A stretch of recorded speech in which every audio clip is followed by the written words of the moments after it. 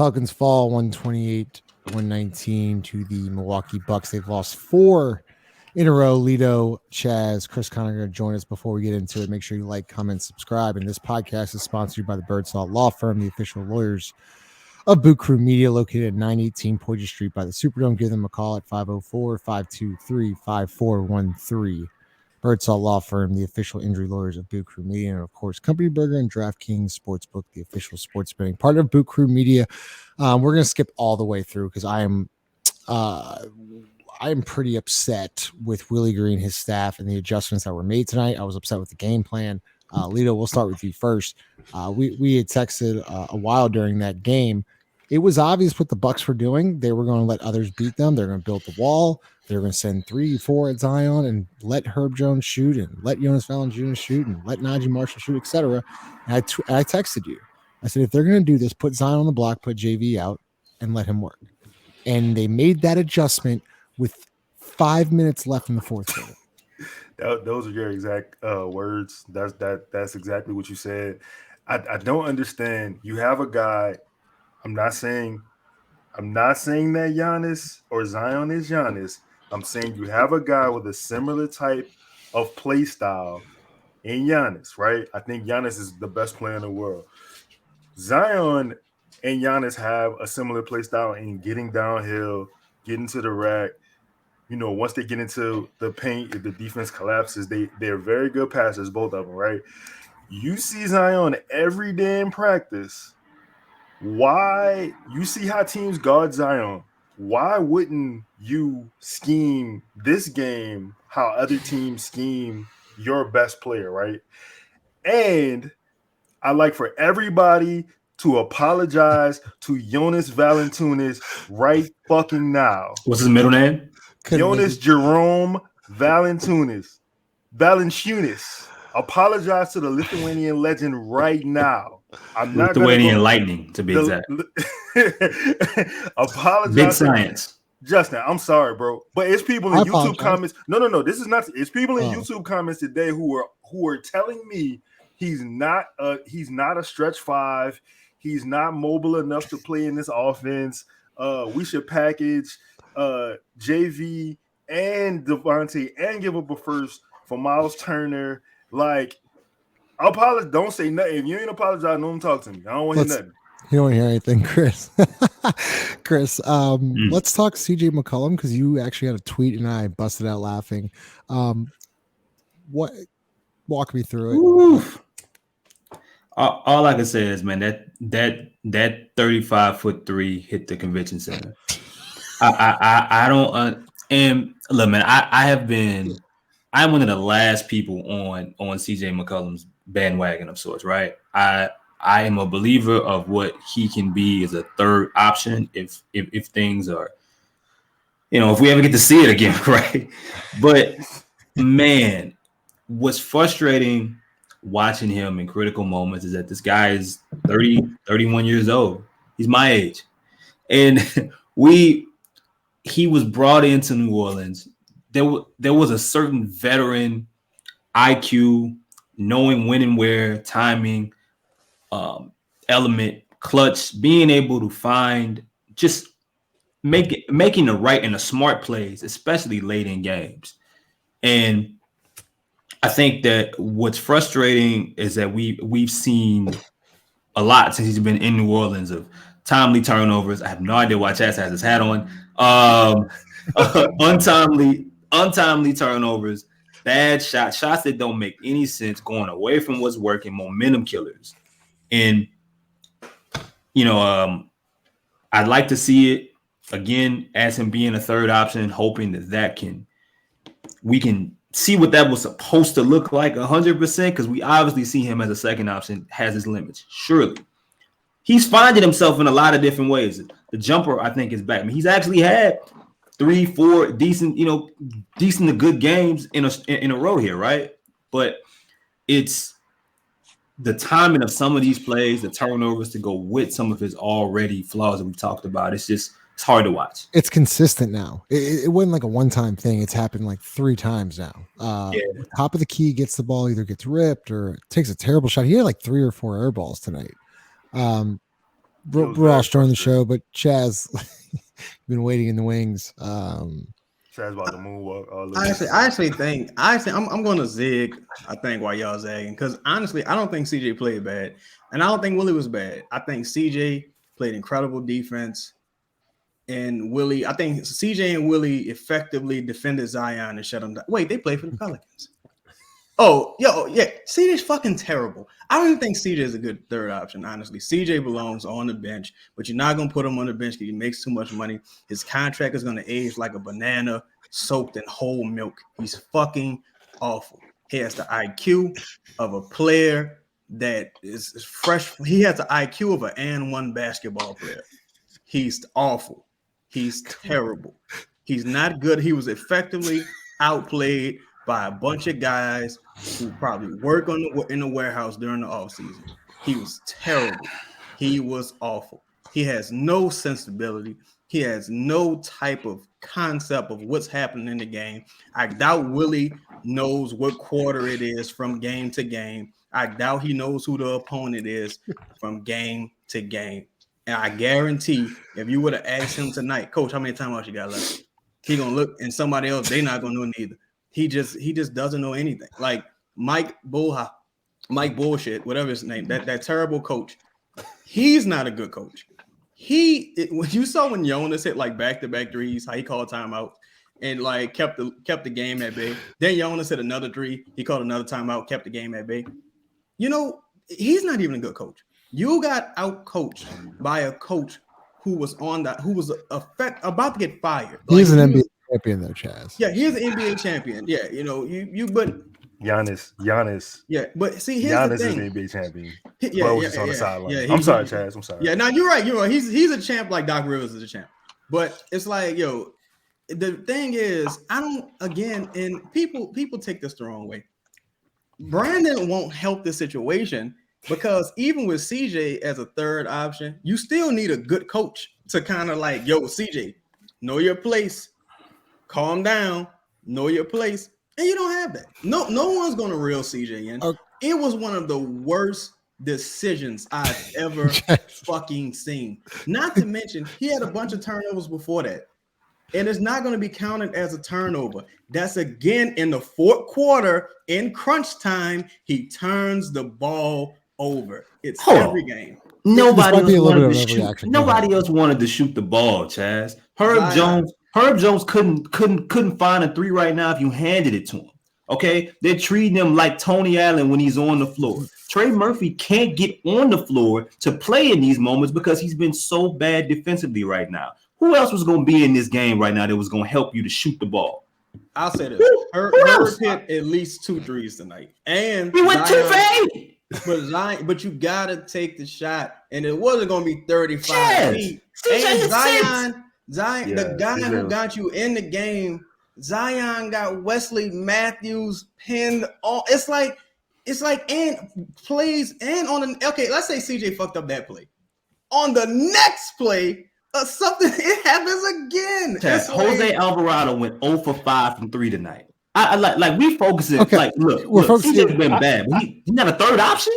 Let's move on. Hold up. Let's move on. Let's hold on. I don't think that's crazy. I don't know. He was Justin. I know. I'm sorry, bro, but he was 30. He was 31, 89.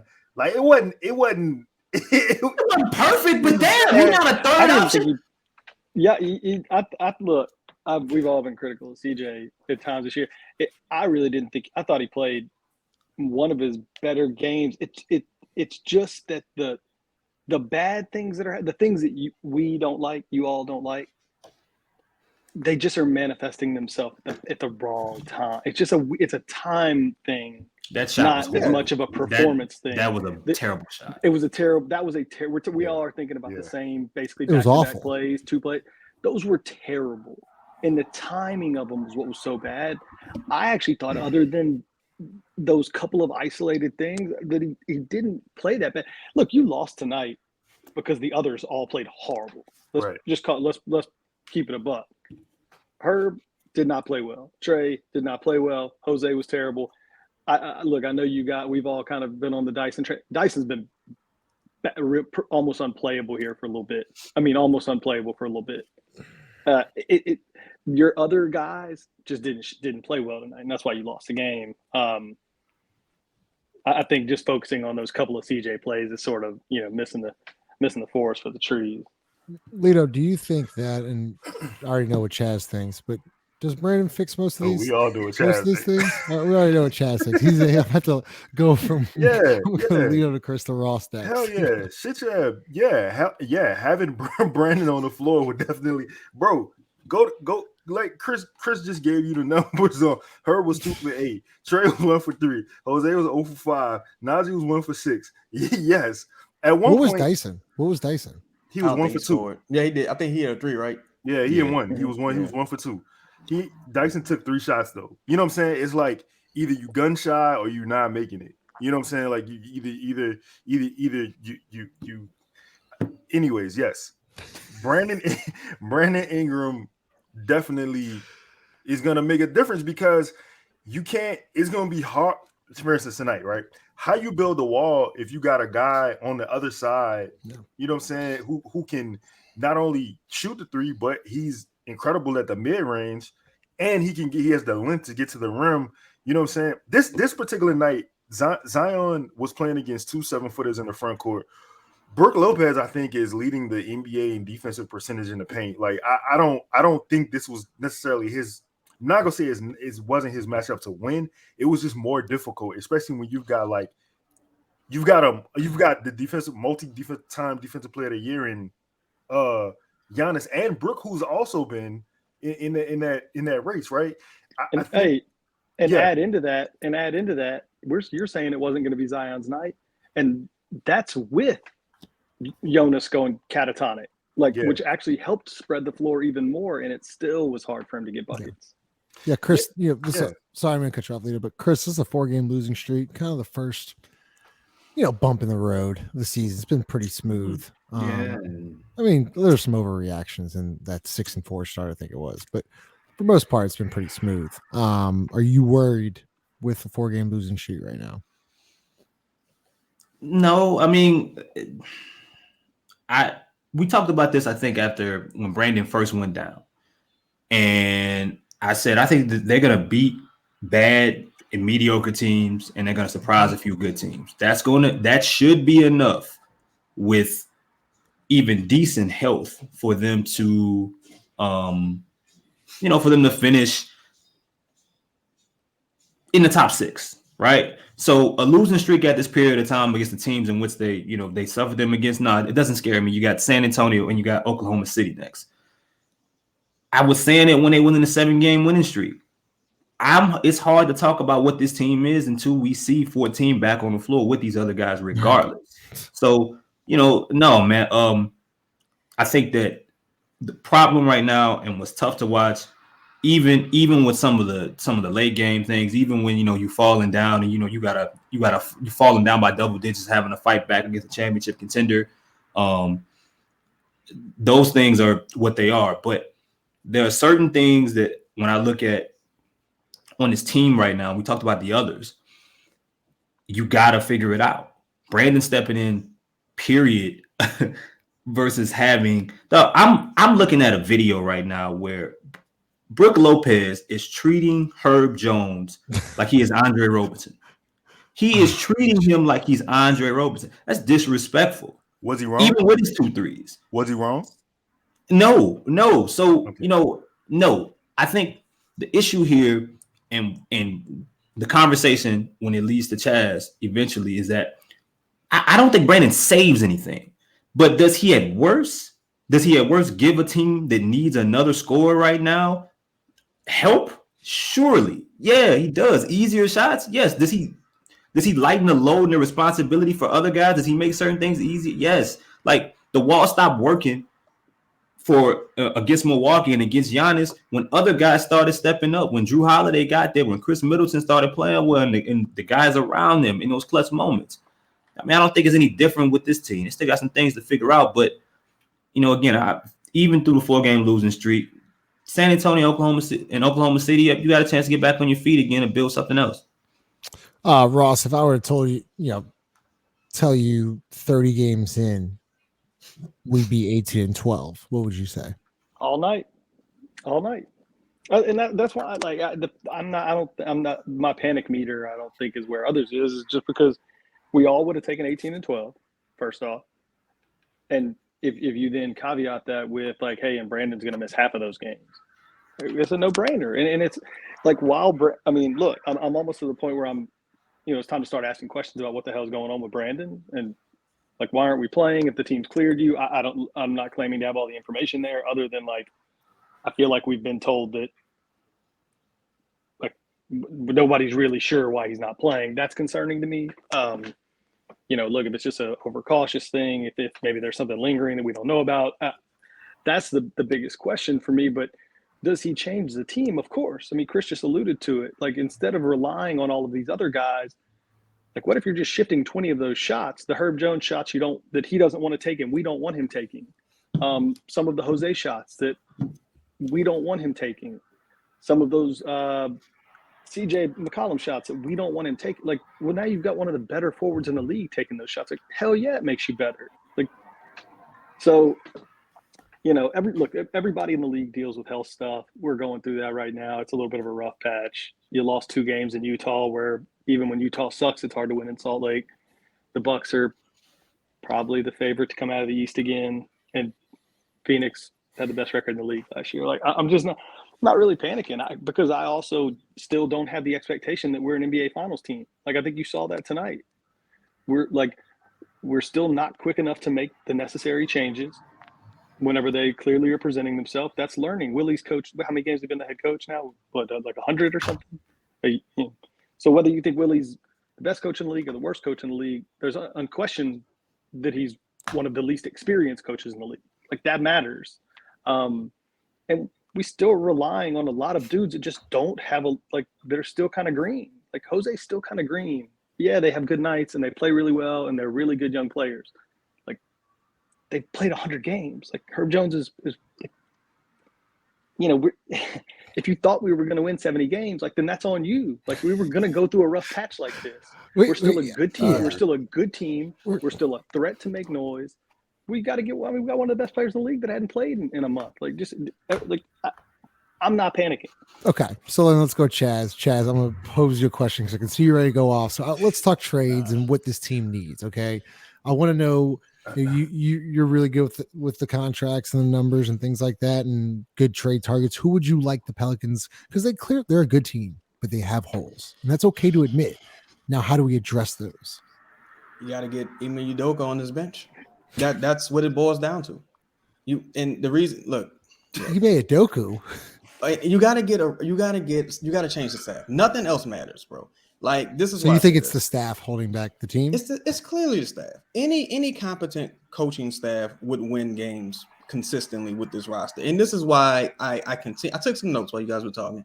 This is my point to the Brandon Ingram thing.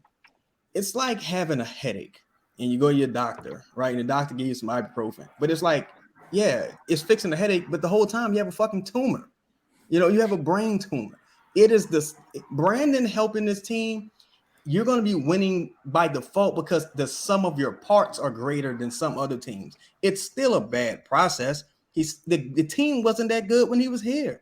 That's the first part. The second point is when you get Brandon back, you're trading Brandon for the current Zion. So those 2 players are going to X each other out. So it's about what brand of basketball you like better. You like a grinded out tough game of basketball, or you like, kind of the basketball we were seeing when this team was playing well, quote unquote well. So that's a thing. But I say, as far as trades, I said it on Twitter. You can get OJ, Anunoby. You can get Gary Trent Jr. As long as you got this staff, they're gonna look like they suck.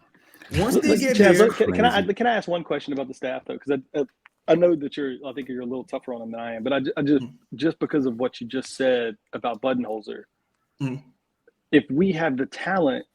Well, that dude just won an NBA championship and went to another finals. And you just said yourself, you think he's a dog shit coach, right? Yeah. If the end goal is doing that, then you're saying it's just really about having the players. And if it's just about having the players, then don't you want a coach like Willie that keeps everybody kind of happy and that keeps a culture thing going that we've built? Isn't that what you want? Well, you look at the at the end of the day they won, and that's all that matters, right? Mm-hmm. But you look at the context of how they won. They were on the brink of getting swept before Kyrie and James Harden go down.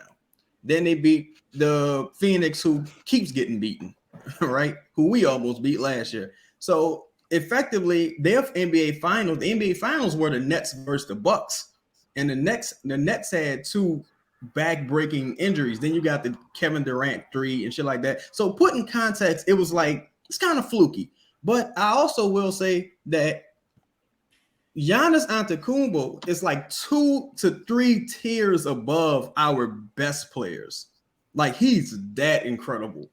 And when you take that into account, and it took those guys failing year after year after year, and they failed in the playoffs.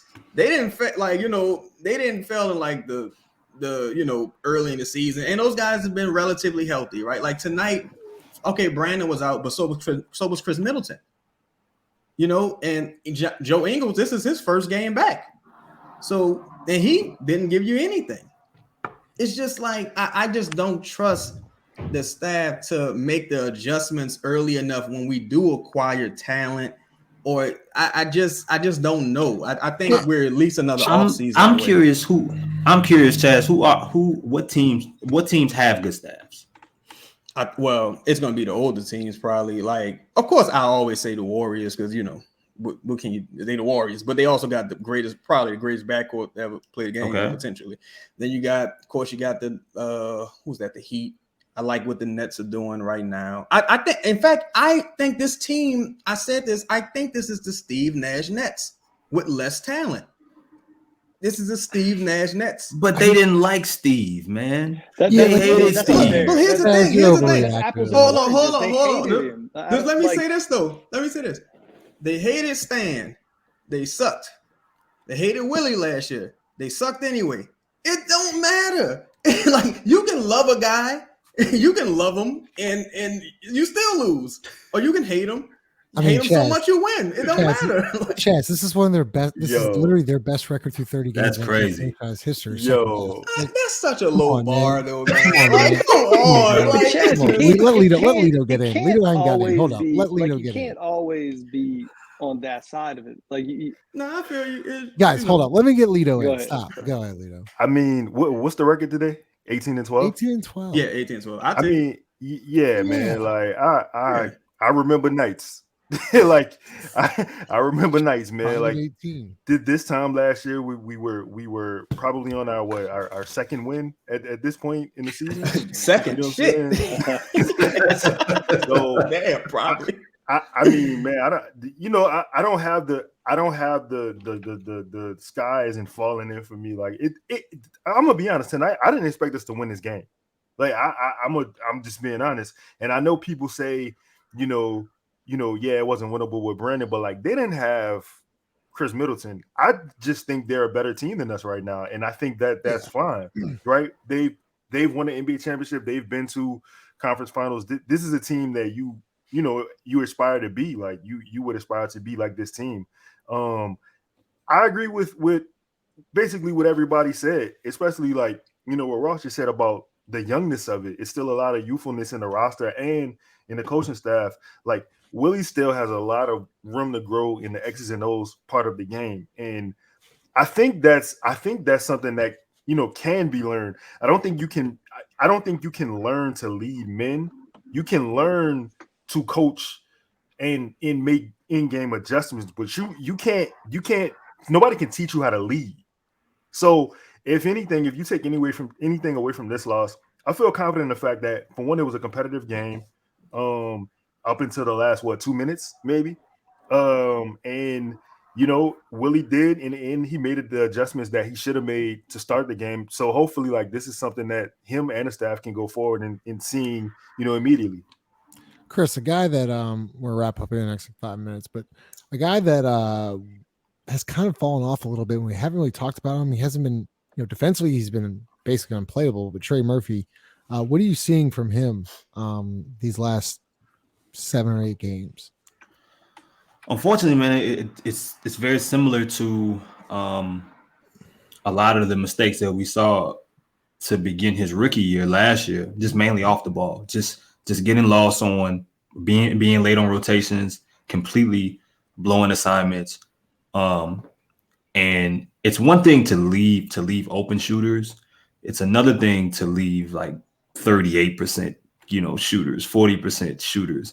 Now, Milwaukee has they got a lot of guys that they can throw out there. They can shoot the basketball. But I think, the issue is that even with his struggles, he had to be out there on the floor. I just think, defensively right now, he's ball watching, and it's even impacting him being lost on some ball sets or some ball movement possessions. It impacts what he can do on ball because he's late getting there, which means he's off balance, and that sometimes turns into fouls. I mean, it's a lot of things right now, but I see a guy that's just right now, he's struggling to really know where to be at consistently when things break down. And last year, at the end of the season, getting towards the playoffs, when he started to pick back up, when he really got things going, we know what he can do shooting the ball. Yeah, he had a few tip-ins, but it was what he was doing on the other side of the floor, just knowing where to be consistently and communicating, which was, I think, the biggest part of his emergence. He's got to get back to that. Communicating and rebounding. Yeah, that too. Yeah, he has to find other ways to impact the game outside of shooting. I mean, we talked about that. It has to continue. But even in the shooting, Chris, like I think we all have said this often about Trey, that you don't have to just rely on the three. There's been plenty of times tonight where he had, the guys, they close out hard on Trey because he is such a good shooter. Like the mid range is available. You don't have to get a layup. It's a lot of space between from where he gathers on the catch to when he drives. Like he has at least 3 feet where he can get that shot off. I think he has to feel comfortable enough to take that shot, sure. But like it was a point tonight where I think he may have tried to dunk on Brooke. Like on the baseline. You're not gonna get that all the time. Like I know you're athletic as hell, but you're not gonna get that. Like make the game easier for yourself because it's a really simple game. And then last point, Chris, you said defensively, like man, we were not just Trey, but we were all terrible on closeouts tonight. Like this was one of the worst closeout games I've seen us like try to chase people. You're so behind on chasing them on the 3-point line when you attack them, you're attacking them recklessly, and they just going by you. Yeah, Ross last night. We were 9-21 at this point last year, just as a general point of reference. And I think part of me, I think totally disagree. I mean, look, you guys are right. Trey has been bad defensively. I think he's learning a tough NBA, a young, inexperienced guy who doesn't quite know how to handle everything. He's like, this is a learning moment for him because I think his poor shooting is affecting him mentally on the other end. Look at that. Ross, early in the year, he's shooting 37% from deep. His last 10. Okay, well, he shot 54% from the field and early in the year, and now you should just say the last month he shot 37% from the field. True shooting percentage has plummeted over the last month. I think he's not seeing the ball go in, and I think his confidence. I think with every shot he misses, that confidence just doot, and as the confidence goes down, I think mentally he's just not as aware as he is. I mean, it's a natural reaction. He's a young guy. Like he's going to learn. He's going to see some. Did y'all see that from Zion? Suddenly, did y'all see that from Zion tonight, where he was getting missing calls and then I saw it tonight, but y'all know my motto. I think this team is BYOB, bring your own bag. If you don't have skills when you get here, you're not going to develop them. Look at the guys. Let's look at the young guys. Who's developed anything here? Brandon was in the league. That's crazy. Brandon was in the league 6-7 years before he started developing shit, right? Then you got Dyson's kind of developed a shot. I guess you can say Herb still can't really shoot. I mean, it's just his second year. That's but wild.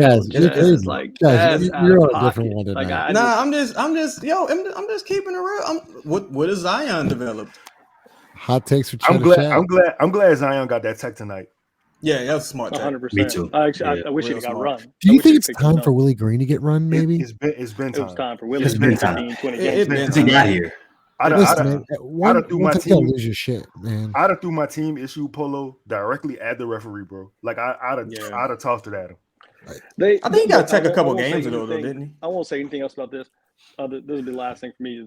It's just going back to a point Chaz made. I think that one thing I do agree with about the staff, I don't think we should be overhauling the staff. What we do need, I think, is a veteran coach that can be on the bench with a voice. That in this type of situation, sometimes the assistant go out there and get run. That's cool. It don't matter who it is, but somebody with a voice and a little bit of, I won't say clout in the league, but just somebody with a little more hair on their chest, a little respect that's been around a little while. I think it was on the bench and in those type of situations. If Willie doesn't want to do it, if it's not him, then that's cool. Let the assistant get up and act like an ass and get thrown out. I think that would benefit more. Somebody you need a little more balance. I think we got a lot of quiet guys over there. Fred's a quiet guy. If you look at the Warriors, if you look at the Warriors, like who obviously been a dynasty over the last decade, Steve Kerr has always had a former head coach on his staff, whether it be Alvin Gentry, Mike Brown, Kenny Atkinson, those guys. Like I've been saying this, like you need a guy, and like all y'all have been saying, so you need a guy that's been there, that's been through,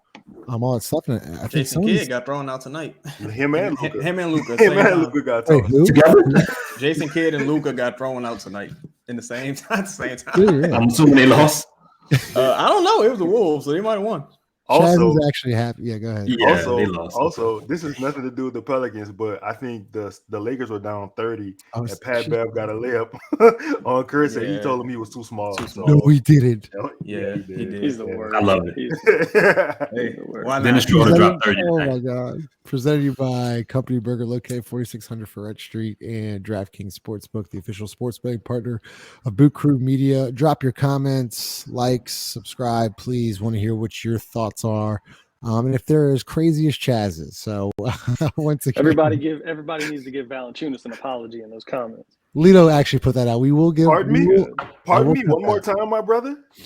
Somebody needs to give JV his apology. Oh, okay. All right. Yeah. I'll take Appreciate y'all. I'll take one too. See y'all on Thursday.